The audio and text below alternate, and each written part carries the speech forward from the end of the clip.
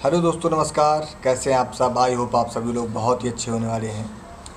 तो दोस्तों, मैं हूं आशुतोष सिंह चौहान और आज हम लोग आ चुके हैं एक बहुत ही गंभीर टॉपिक के बारे में चर्चा करने के लिए।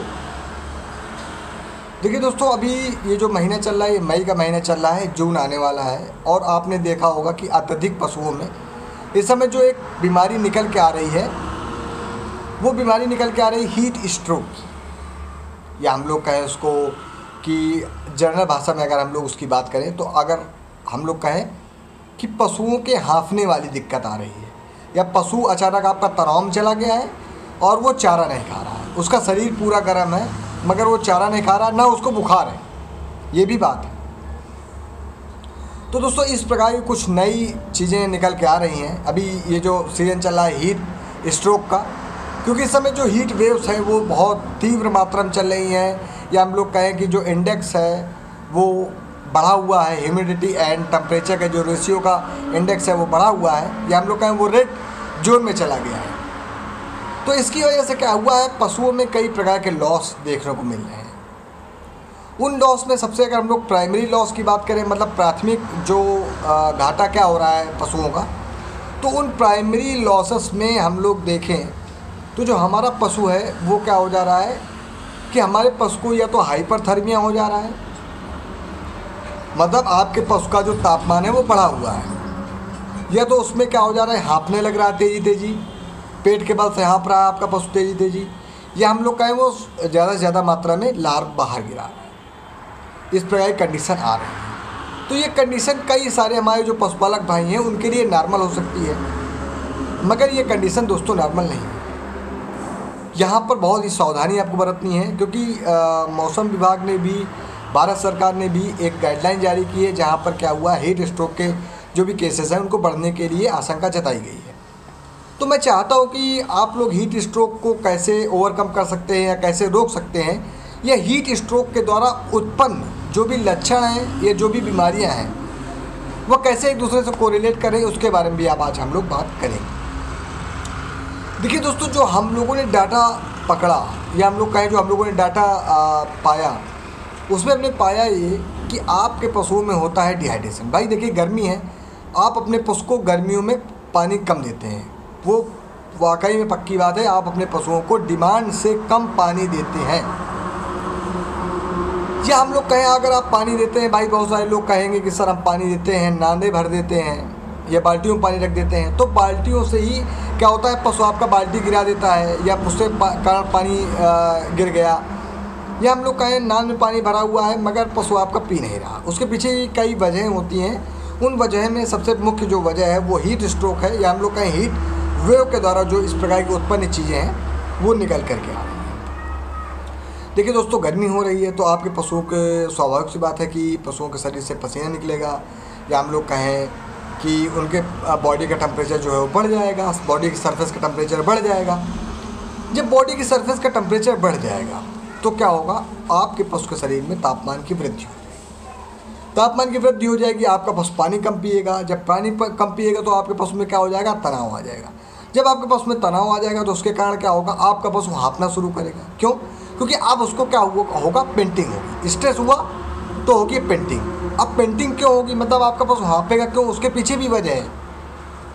तो उसके पीछे क्या वजह है कि जब आपका पशु हाँफने लगा तो जो हाँफते उसको जो पेट से हाँफता है आपका पशु, जो इस प्रकार का कंडीशन होती है, तो उसके मुंह से लार ज़्यादा से ज़्यादा मात्रा में जो अंदर जानी चाहिए वो लार बाहर निकलने लगती है। तो जब वो लार बाहर निकलने लगती है तो उसमें होते हैं कुछ बेसिक इंग्रेडिएंट्स।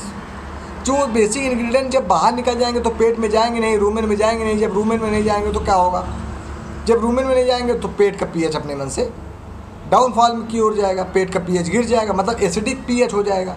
जब पेट का जो पीएच है, मतलब जो पेट में जो हम लोग कहें अम्ल है, जो अम्ल का स्तर है वो बढ़ जाएगा। तो जब पेट में अम्ल का स्तर बढ़ जाएगा तो क्या देखा जाएगा कि आपके पशुओं में पेट में गैस बनेगी। आपके पशुओं में पेट में गैस बनेगी, फफोले होंगे गैस के, बुलबुले आएंगे गैस के, जिसके कारण आपके पशुओं का जो पेट है वो भरा भरा रहेगा। जिसके कारण हो सकता है अगर आपका पशु दाना चारा भी कम करे या दाना चारा न खाए, या हो सकता है कि दाना चारा आपका पशु छोड़ भी सकता है। तो देखिए डिहाइड्रेशन जो है, या हम लोग सीधी बात कर रहे हैं गर्मी की, गर्मी की वजह से आपके पशु को डिहाइड्रेशन हुआ, आपका पशु हाँफने लगा, आपके पशुओं में ज़्यादा से ज़्यादा मात्रा में लाल निकलने लगी। आपके पशुओं में लाल जब ज़्यादा मुंह से बाहर आई तो पेट में जो पीएच होना चाहिए वो पीएच क्या हो गया, गिर गया, अम्ल की मात्रा बढ़ गई। अम्ल की मात्रा बढ़ गई तो अम्लीयता बढ़ेगी जब पेट में या रूमेन में, तो क्या होगा, वहाँ पर जो बुलबुले हैं वो बनेंगे, और वो बुलबुले किसके बनेंगे, गैस के बनेंगे। तो दोस्तों इस प्रकार की चीज़ें आएंगी। फिर कई सारे लोग क्या होते हैं कि वो डॉक्टर को न बुला करके सिर्फ मेडिकेशन दे देते हैं, या हम लोग कहें वो पैरासीटामॉल दे दिया उन्होंने, या हम लोग कहें उसके साथ में उन्होंने कुछ एंटीबायोटिक दे दिया, या कुछ थोड़ा सा हार्ड एंटीबायोटिक दे दिया।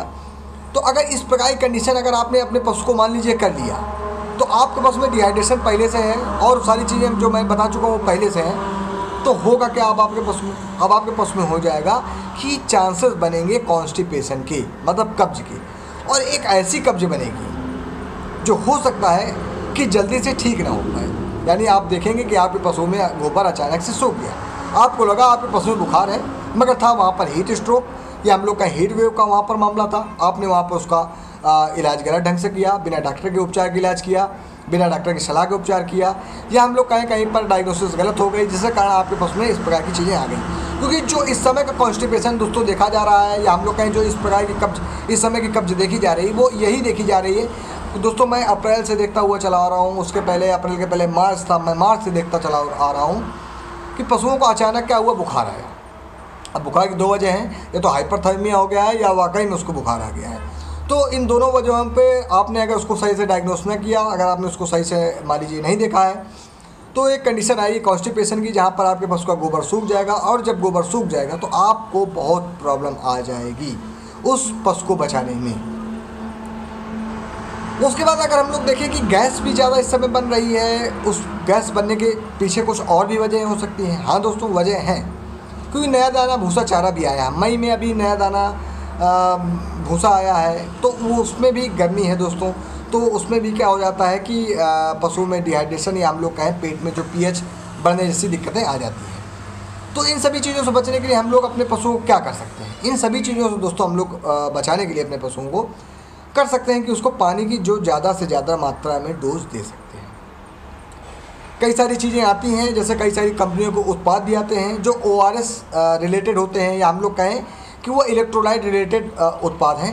उनमें से इंटास कंपनी का अगर मैं बात करूं, आप ये लिख सकते हैं, उनमें से अगर मैं बात करूं इंटास कंपनी का, तो आप इंटालाइट ओरल ले सकते हैं।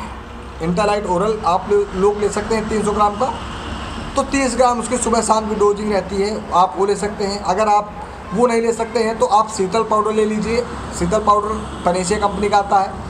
अगर वो भी नहीं मिल रहा तो बोवीकूल ले सकते हैं, बोवीकूल भी नहीं मिल रहा तो आप इलेक्ट्रोबेस्ट ले सकते हैं मैनकाइंड फार्मास्यूटिकल्स का। इस प्रकार के आप पाउडर वहाँ पर ले करके अपने पशुओं को ट्रीटमेंट कर सकते हैं। जो आपने देखा होगा कि आपका पशु अचानक हाँफने लगा, या दाना चारा कम कर दिया, या जानवर में ज़्यादा मात्रा में लार निकलने लगी, या जानवर आपका काफ़ी तेज़ी से हाँफ रहा है, या आपका पशु तनाव में चला गया है, या आपके पशुओं में क्या हो गया है कि उसको डिहाइड्रेशन हो गया है, इस प्रकार की चीज़ें आएंगी, तो आप ये सब चीज़ें कर सकते हैं। अगर आप मान लीजिए नहीं कर पा रहे हैं तो फिर आप क्या कर सकते हैं, तो फिर दोस्तों आपको कुछ नहीं करना है, आपको एक देसी इलाज अपनाना है। उस देसी इलाज में क्या करना है, आपको लगभग एक लीटर पानी लेना है, और उस पर लगभग 10 ग्राम शक्कर या 20 ग्राम शक्कर और लगभग 30 ग्राम नमक का घोल आपको बनाना है, और उस 1 लीटर को आप हर बार जब 10 लीटर दें तब आप उसको मिला दीजिए उस पानी में, और अपने पशु को वो पानी पीने दे दीजिए, कोई दिक्कत नहीं।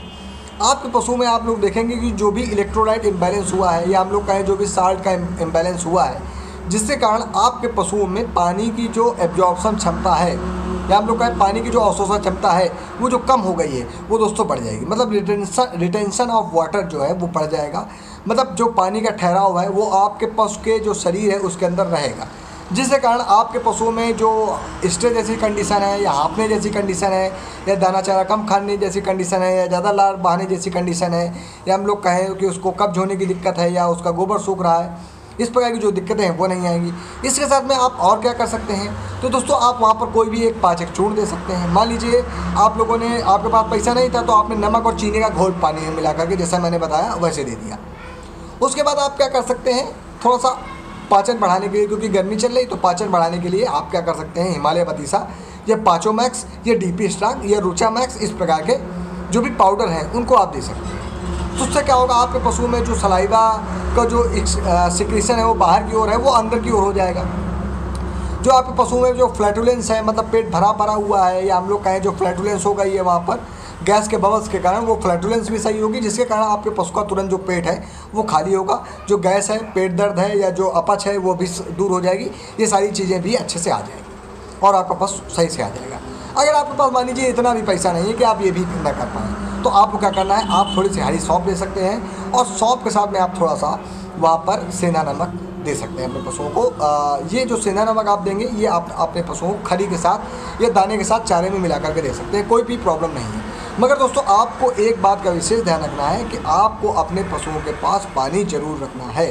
देखिए, अगर आप छोटी छोटी चीज़ों से अगर सीख लेते हैं तो आप अपने पशुओं को बीमारी से बचा सकते हैं।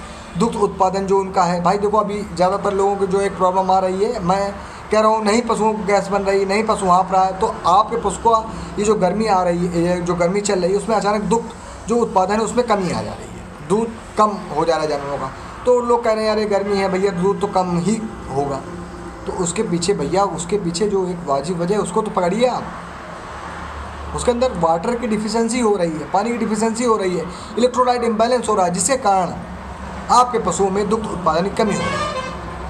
ये जो दुग्ध उत्पादन की कमी है, उसके पीछे एक मेन वजह और भी है कि जब पानी की कमी बॉडी में होती है पशु के शरीर में, तो जो पशु है वो हाइड्रेटेड कम रहेगा। जब हाइड्रेटेड कम रहेगा तो क्या होगा दोस्तों, तो आपके पशुओं में आप लोगों ने देखा होगा कि जो आपका पशु है वह उसका जो ब्लड है, या उसका हम लोग जो कहें रक्त है, वो जो दुग्ध उत्पादन की ओर अग्रसर होना चाहिए, वो दुग्ध उत्पादन की ओर अग्रसर ना होकर के आपके पशुओं में एक प्रक्रिया होती है होम्योस्टेसिस की, जो आपके पशुओं का जो तापमान है उसको मेंटेन करने के लिए प्रयुक्त होता है। उस प्रक्रिया को मेंटेनेंस करने के लिए लग जाती है। उसमें काफ़ी मात्रा में एनर्जी भी लगती है, जिसके कारण आपके पशु को में एनर्जी का लॉस हो जाता है और आपका पशु अल्टीमेटली स्ट्रेस में चला जाता है। स्ट्रेस में चले जाने के बाद आपने देखा होगा गैस, अपच और भूख न लगना, या हम लोग कहें उसको कब्ज हो जाना, या दुग्ध उत्पादन में कमी हो जाना, या आपके पशुओं में शरीर का टूट जाना, या हम लोग कहें फैट का मोबिलाइजेशन हो जाना, मतलब फैट पशुओं से निकलना, शरीर अचानक से टूटता हुआ चला जाना, इस प्रकार की कंडीशन आ सकती है। कहीं कहीं पर दोस्तों कब्ज के साथ कहीं कहीं पर कब्ज देखी जाती है, कहीं कहीं पर डायरिया भी देखा जाता है कि पानी की कमी की वजह से डायरिया हो गया, दस्त लगने शुरू हो गए, या हम लोग कहें उल्टी शुरू हो गई। मगर जो जानवर हैं उनमें उल्टियाँ नहीं होती, उनमें क्या होता है, लार का जो बहाव है वो बाहर की ओर हो जाता है। इस प्रकार की चीज़ें हम लोगों ने यहाँ पर देखी है। तो आई होप, मुझे लगता है कि अगर आप लोग ये चीज़ें करेंगे तो अगर आप पैसा है, आपके पास पैसा लगाना चाहते हैं तो आप पैसा भी लगा सकते हैं। अगर आपके पास पैसा नहीं है, आप छोटे पशुपालक हैं, या आपके पास अभी पैसे की कमी है, या आप बाहर नहीं जाना चाहते हैं इस प्रकार की गर्मी में, तो आप इस प्रकार का जो भी मैंने चीज़ें बताई हैं, आप सौंफ ले सकते हैं, लाल नमक ले सकते हैं, या हम लोग कहें सफ़ेद नमक ले सकते हैं। उसके साथ में फिर आप क्या कर सकते हैं, चीनी ले सकते हैं। या एक और बेहतर कॉम्बिनेशन आप बना सकते हैं कि 10 ग्राम आपने सेंधा नमक ले लिया, 10 ग्राम आपने सफ़ेद नमक ले लिया, और लगभग 10 ग्राम आपने चीनी ले लिया। इसको आपने आधा लीटर पानी में घोला, और आपने अपने पशु को जब भी पानी देने जा रहे हैं, दिन में आप कम से कम 5 बार पानी दीजिए अपने पशु को। और जब भी पानी दीजिए, ये जो आधा लीटर का घोल है जो अब मैंने बताया 10-10 ग्राम करके, तीनों चीज़ों का, शक्कर का और नमक का, और हम लोग कहें कि सेंधा नमक का, इन तीनों का घोल आप अपने पशु को दे सकते हैं। 10-10 ग्राम इनकी डोज रहेगी, इसको आप दे दीजिए। उसके बाद आप वहाँ पर हरी सौंफ ले सकते हैं, आप अपने पशु को हरी सौंफ दे सकते हैं, लगभग 30 ग्राम सुबह, 30 ग्राम दोपहर, 30 ग्राम शाम दे सकते हैं। इससे क्या होगा, आपके पशुओं के अंदर जो गैस की दिक्कत है, या हम लोग कहें जो एनरोक्सिया हो गया है, या हम लोग कहें जो अपच हो गई है, या हम लोग कहें जो आपके पशु का पेट भरा हुआ है, मतलब फ्लैटुलेंस टाइप का एक्शन आ गया है, वो एक्शन भी क्या हो जाएगा, कम हो जाएगा, जिसके कारण आपके पशु में होने वाली किसी भी प्रकार की कोई भी प्रॉब्लम नहीं आने पाएगी। ना उसका दुग्ध कम होगा, ना उसमें उसको फीवर होगा, ना हाइपरथर्मिया होगा, ना हम लोग का उसको किसी भी प्रकार की दिक्कतें आएंगी। और जो हमने अभी कॉम्बिनेशन बताया है आपको पानी के साथ में देने के लिए, वो आप करेंगे तो आपको इस प्रकार की चीज़ें नहीं आएंगी, तो आपको इस प्रकार की चीज़ें में अच्छा रिजल्ट मिलने वाला है। तो दोस्तों, आई होप आपको हमारी जो भी चीज़ें हैं, जो हमारा छोटा प्रयास है आपके पशुओं को बचाने के लिए, क्योंकि पशुओं को हम लोग पशुओं के तरीके ट्रीट कर रहे हैं। हम लोग पशुओं को कई सारे लोग हैं, खुला तो कोई नहीं बांधता है अपने पशुओं को, मगर टीन में, या हम लोग कहें कि उनको हम लोग लिंटर के नीचे रख देते, बांध देते हैं। तो अभी आप लोग देख रहे हैं कि आजकल एसी कूलर काम नहीं कर रहे हैं, तो फिर वहाँ पर बिना पंखे के और टीन के नीचे आप लोग जानते हो कितनी गर्मी हो सकती है। तो इसकी वजह से भी पशुओं में प्रॉब्लम बढ़ रही हैं। तो हमें अब थोड़ा सा जागरूक बनना है। ये जो इंडेक्स जा रहा है रेड की ओर, मतलब जो अभी खतरा आ रहा है, हीट स्ट्रोक का खतरा आ रहा है, या हम लोग कहें जो ये भयावह कंडीशन आ रही है जिसके कारण हमारे पशुपालक भाइयों को नुकसान हो रहा है, तो हम उस नुकसान को रोकना चाहते हैं। तो ये हमारा एक छोटा सा प्रयास था। तो आई होप आपको मेरी ये चीज़ें समझ में आई होंगी। अगर आपको चीज़ें समझ में आई तो आपको लाइक शेयर एंड सब्सक्राइब करना है और अपने दोस्तों में शेयर करना है और हमें बहुत सारा प्यार देना है। बहुत बहुत धन्यवाद आपका। हार्दिक आभार। नमस्कार।